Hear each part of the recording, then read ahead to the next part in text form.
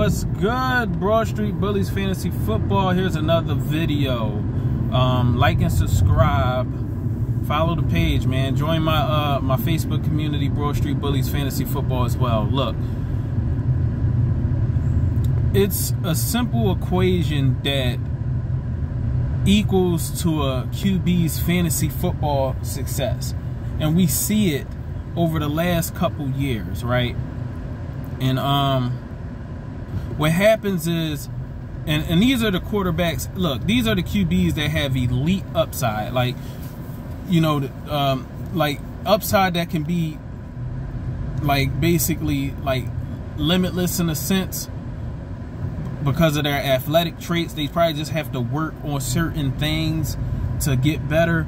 But from what I've seen over the last couple years, when you add a rookie QB or even a first, second year QB and you give them weapons and they already have raw athletic talent and ability, them weapons give them confidence, and them weapons also bring out the best in them. Like we've seen it with Josh Allen. After his first year, he was still, he did some good things, but he was inaccurate as a passer. What did what did Buffalo did? They got him Stephon Diggs. They drafted wide receivers to make him comfortable, and the next year he broke out #1 QB in fantasy football. You've seen it with Jalen Hurts last year. After that disappointing loss to the Buccaneers when Tom Brady was still playing in the playoffs, he led them to the playoffs. But what happened? He didn't have weapons to get him over the hump.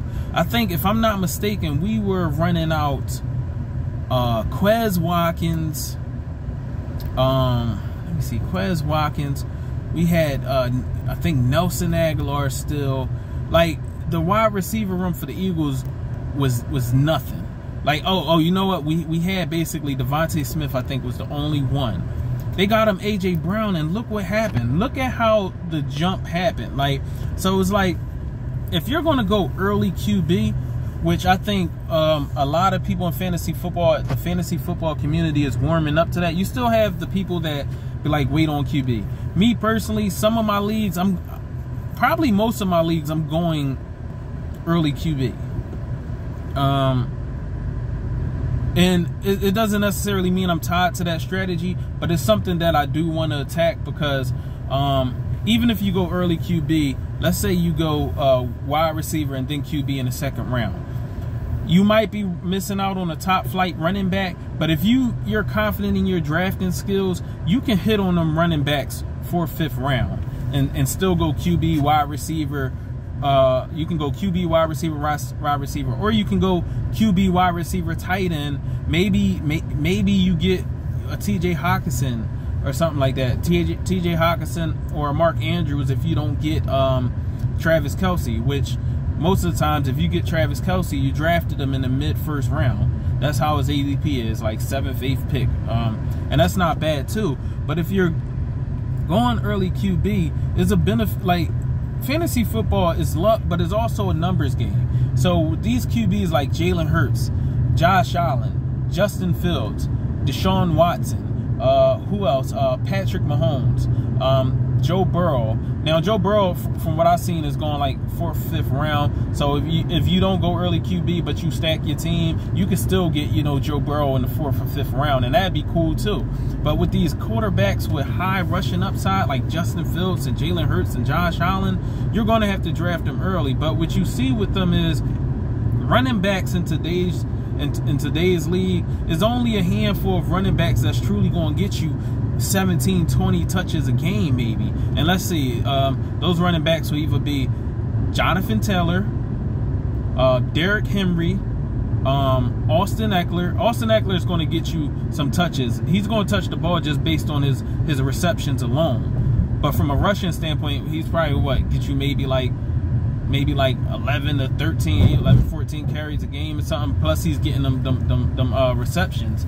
And then you got CMC, who's going to get you. He's going to do good rushing, but he's going to be dominant catching passes, just as long as he's healthy.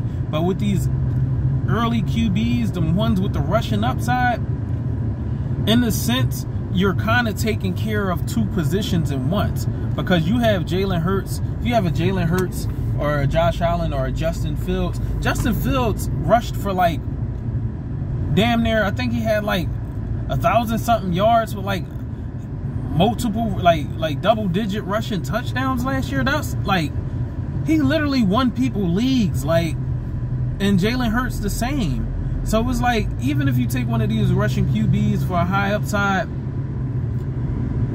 you can capitalize on that, because you can look at them as a QB and a running back at the same time. They basically fill two positions. They fill two positions. So even if, say, like, you know, let's say you go running back first round and then come back and get a quarterback second round. What if your running back in the first round doesn't do as well as you expected? You have that rushing upside from, you know, the you still have that rushing upside from the QB, the high upside QB you drafted. That'll help you out. And if your team has nice wide receivers, nice tight end, you did good at drafting on most of your picks, you're solid. And then the best case scenario, if you're gonna go early QB strategy, is if you get one of them high rushing upside, and if you wait, you know, for a certain RB and stuff like that, you wait and everything like that, what you call it, if you hit on them picks, you're basically going to be toting out 3 running backs out there, which is going to be a major advantage. Now, I'm not saying you're going to hit all the time, because you might mess up on your late round picks depending on what you do. But even if you mess up on one of them late round running backs, like, you know, 4th or 5th round running backs, if you were solid on the other one, you're still cool. And them early QB, like them QBs, they're rushing upside, man. We literally seen it last year. I got beat by a guy last year where my team literally did solid, but Lamar Jackson went off for 52. I think he went off for like 52 points. And the guy also had a running back.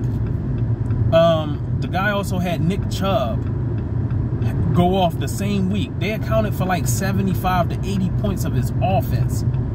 Totally crushed any hopes of my team. So in any given week, you have them high up, you know, them high rushing quarterbacks that can get them rushing yards, and you got a running back go off. You're going to be hard to beat on most weeks. So that's all I gotta say. Like, it's nothing wrong with the early QB strategy and stuff like that. I fucks with it this year personally. It's gonna be something that I know I'm gonna implement on most of my drafts. I am, like, I've been playing fantasy football for 21 years. I'm confident in my drafting abilities, and for me, it's best player available off the board. So that's all I gotta say, man. Like and subscribe. Follow my my fantasy football group, my fantasy football community, Broad Street Bullies Fantasy Football on Facebook. That's all. I'm out.